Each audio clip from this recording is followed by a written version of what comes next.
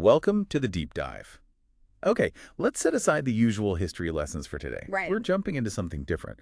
A whole collection of sources, really.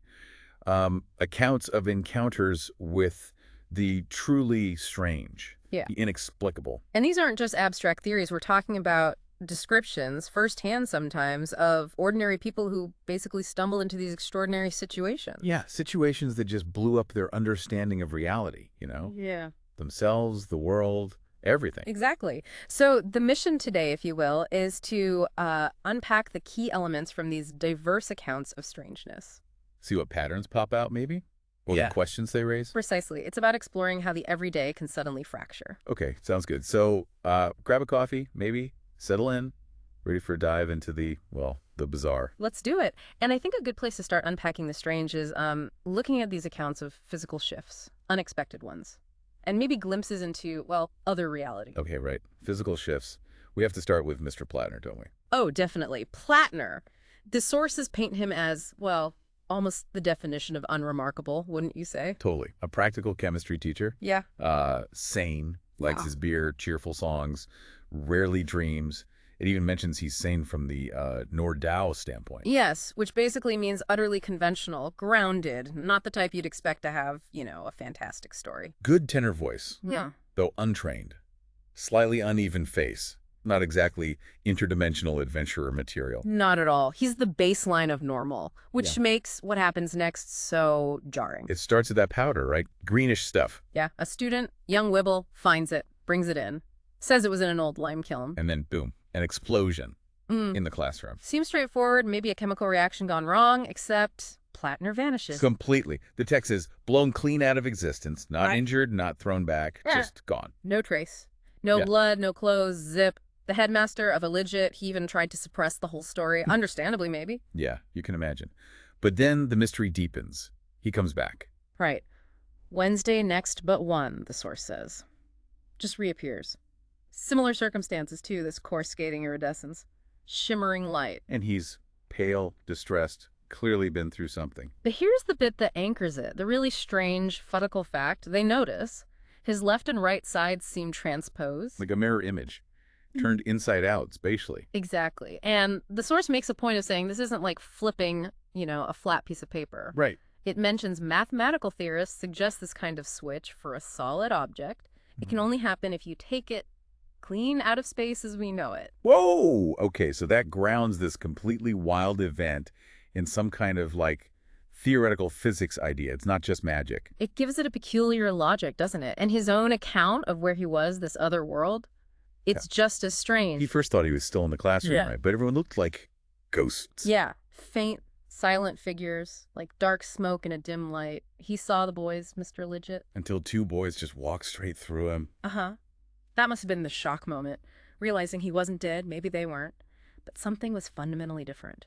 Other. And this other place, how do you describe it? Extraordinary darkness. Yeah, a black sky overhead. The only light was this faint greenish glow on the horizon, illuminating these rolling black hills. And the silence. Absolute silence.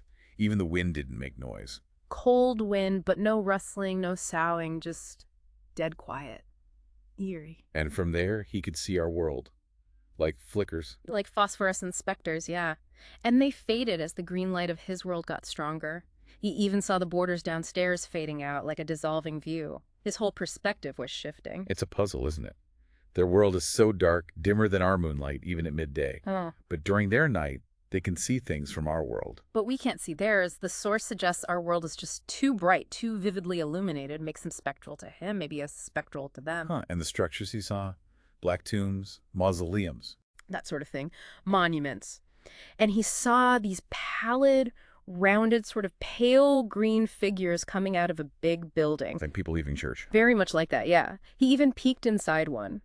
What did he see? Green lights on a basalt altar, a bell rope, strange fiery lettering, and he heard heavy footsteps walking away.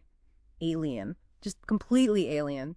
Maybe the most haunting part, though, is what the text calls the Watchers of the Living.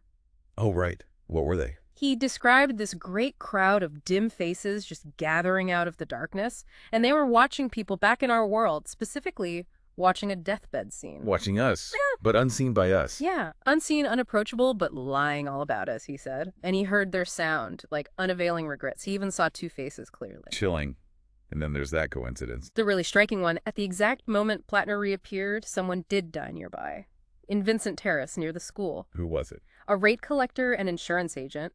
The author calls it a most extraordinary true story. Makes you think, doesn't it? About connections we don't see. It really does. So reality itself can warp.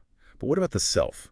The person inside that reality? That leads us to the next theme, right? Transformations of the self. Exactly. And the story of Edward George Eden and the late Mr. Elsham is a prime example. Almost feels like a dark fairy tale. Or a gothic horror plot, yeah. You've got Eden. Young, healthy, sound mind, everything going for him. And then Elsham, the complete opposite. Very old, frail, physically decrepit, but incredibly rich. And looking for an heir. But not just any heir he wants. Health, integrity. There's this dinner scene. Elsham is described, shriveled lips, false teeth, and he's looking at Eden with this really intense, greedy gaze. Creepy. While talking about his money and having no kids. Setting the stage. Then comes the powder. Yeah. After dinner, a little pinkish powder. Elsham says it'll make their drink Kummel into Himmel, heaven. And he splits it between their glasses, makes that toast. To a quick succession. Shudder. For Eden, the effect is instant chaos, head spinning, mind jumbled, but his perception gets weirdly sharp, hyper clear. He describes it as mental doubling. That's a strange phrase, like two minds at once. Sort of. He gets confused about places he knows well, like Regent Street and Waterloo. Right. And then the memories start. Phantasm memories. Ugh. Not his own. Exactly. Vivid ones flooding in while his actual memories, like remembering he was promised some frogs by a dealer, they start slipping away. He called it dissolving views, right? One set fading out, the other fading in. Yeah. It's a powerful image for losing yourself. But the real horror hits when he wakes up. Not in his own digs. Nope. Big fancy room. Furniture's wrong. He feels small in the bed, touches heavy curtains. Nothing familiar. And then the mirror. He lights a candle. And sees Elsham's face, old, wrinkled, looking back at him. Oh, God. The realization. He is Eden, but trapped in Elsham's dying body. And his own memories are just gone. Replaced. It's pure body theft. The old man, with all his experience, basically stole Eden's youth and future. But the ending is even darker somehow. The twist. Right. The source says Elsham in Eden's body committed suicide. Maybe couldn't handle the vitality or the guilt. Who knows? But Eden trapped in Elsham's body was already dead. Hit by a cab the day before. So the only person who knew what really happened, the only witness to this impossible swap, is gone too. No proof. Just a horrible outcome. Shows how fragile identity can be, right? Vulnerable to even a pinch of powder. Definitely. And it's not just chemicals that can alter the self. We see a different kind of transformation with Egbert Craddock Cummins, the dramatic critic. Yes. Described as the delicate sketch of a man. Yeah. Takes this job as a critic. And the source says it's kind of against his nature. And what happens? He goes to plays every single night. Starts acting like the actors. Involuntarily. He starts adopting their exaggerated gestures, their specific ways of speaking, their dramatic pauses. He catches himself posing in mirrors. Like his nervous system is just soaking it up. Taking the print of the stage, as the text says. Yeah.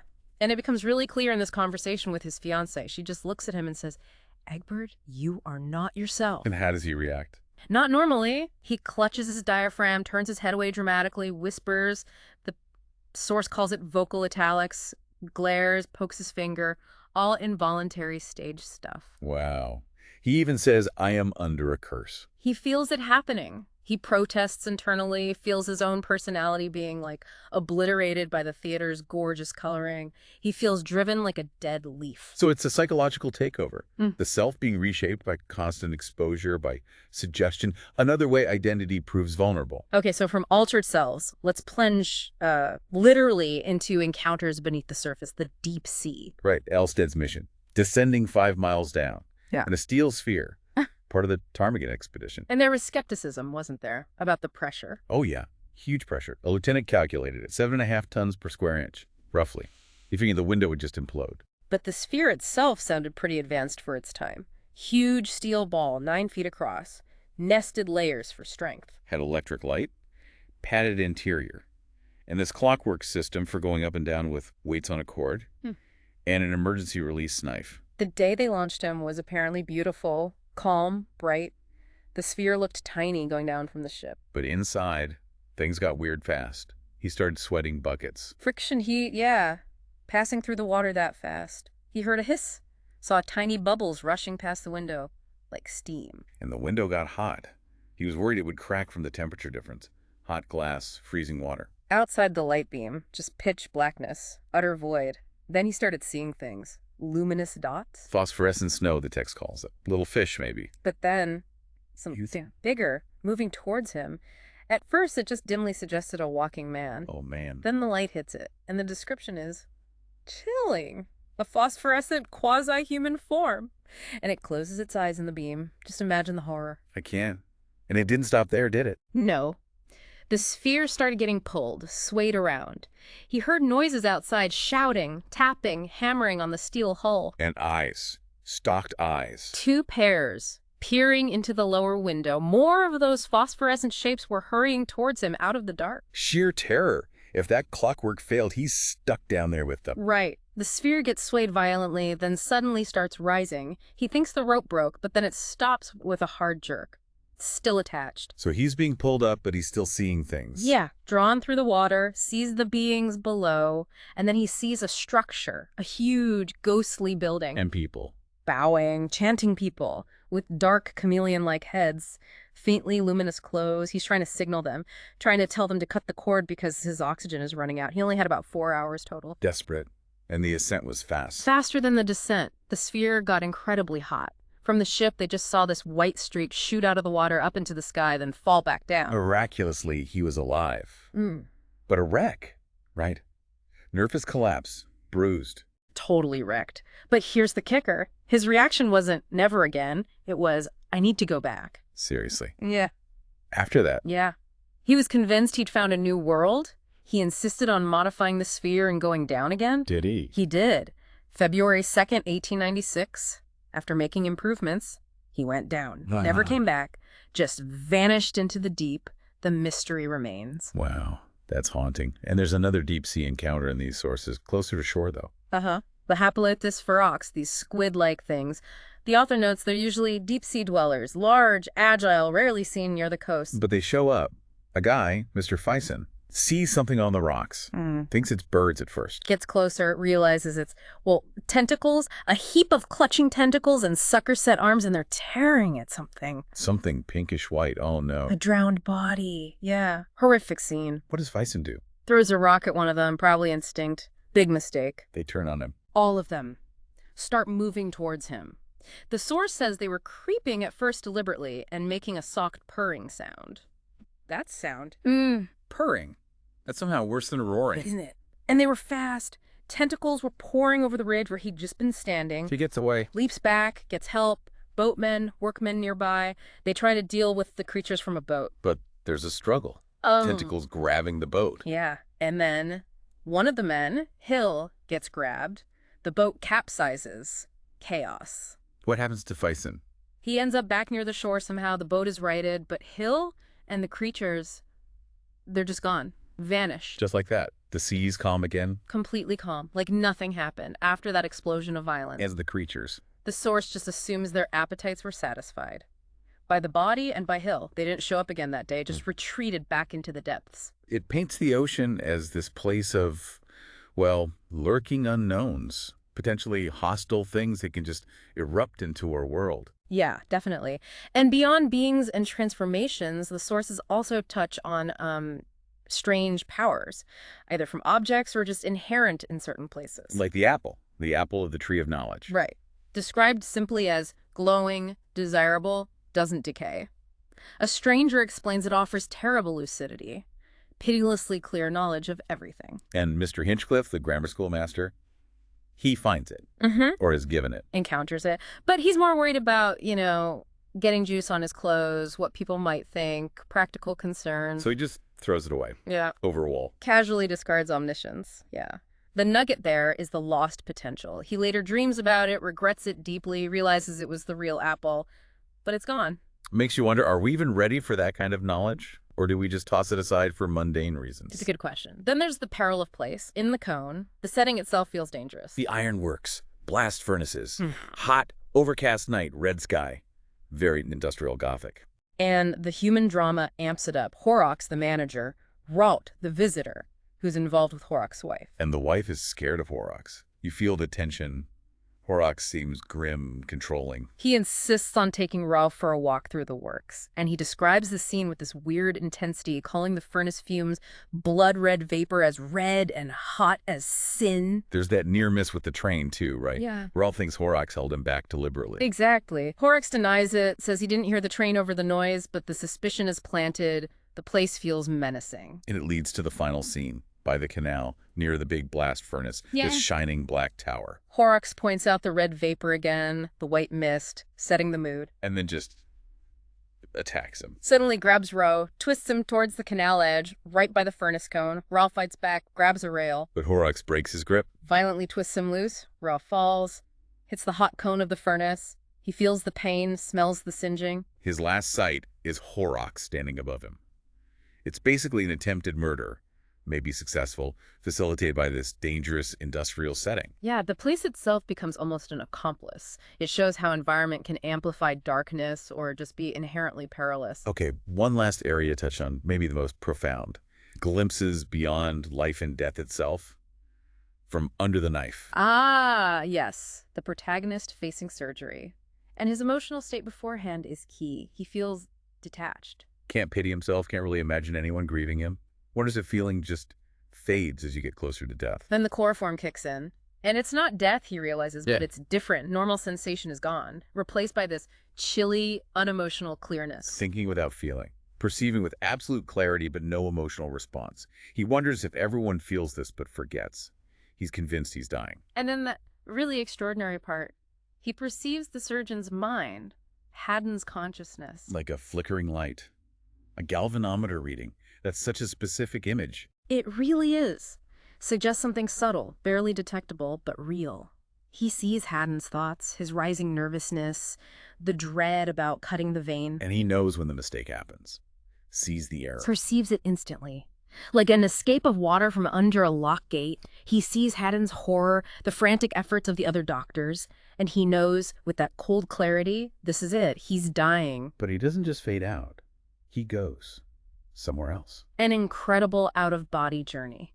He feels himself moving away from Earth, which looks like a strange white sun shrinking below him, faster and faster, towards a void. The stars disappear into nothingness. Complete nothingness, an incredible gulf. The universe itself rushes past him like whirling motes, shrinking down to just a luminous speck. And in that void, feeling comes back. Overwhelmingly terror of the emptiness, but also this huge surge of sympathy, social desire, the need for connection, the horror of absolute isolation, of ceasing to be. And that's when he sees the hand, the cosmic hand. Yeah.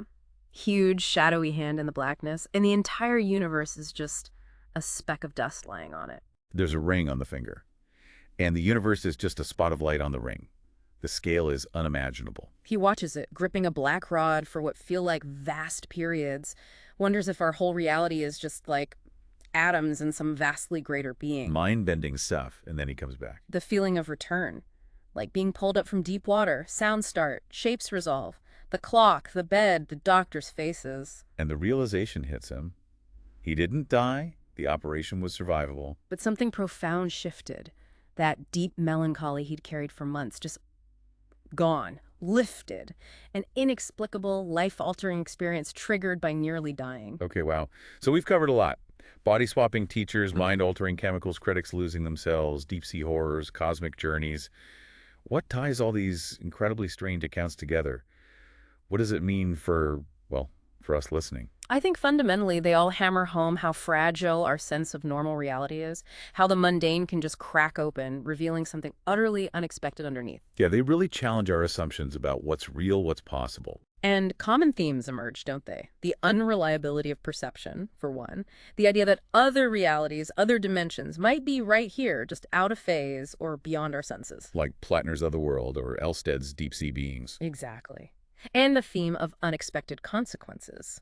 Small actions, finding a powder, taking a job, descending into the ocean, even having surgery can have these massive, unforeseen, reality-bending results. And the vulnerability of the self seems huge, too.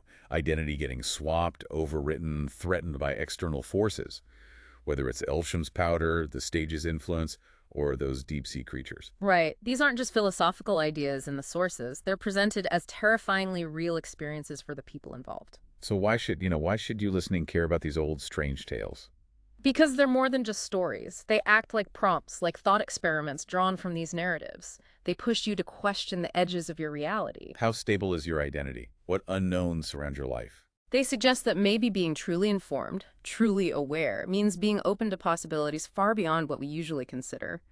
These sources definitely push those boundaries. So we've taken quite the journey in this deep dive, pulling from all these fascinating sources, from teachers swapping left and right sides through dimensions to minds being reshaped, terrifying encounters in the deep, violence in unexpected places, and even visions of cosmic scale during surgery. It's a wild collection, and it leaves you thinking, if these kinds of utterly strange things could happen to seemingly ordinary people, a teacher, a journalist, a diver, someone just on an operating table. Yeah, how much of that strangeness, that extraordinary potential, might be closer than we think, right here around us? What unseen things, what different states of being, what realities we can't even imagine might be lying just beyond the edges of our normal everyday awareness. Makes you wonder, doesn't it?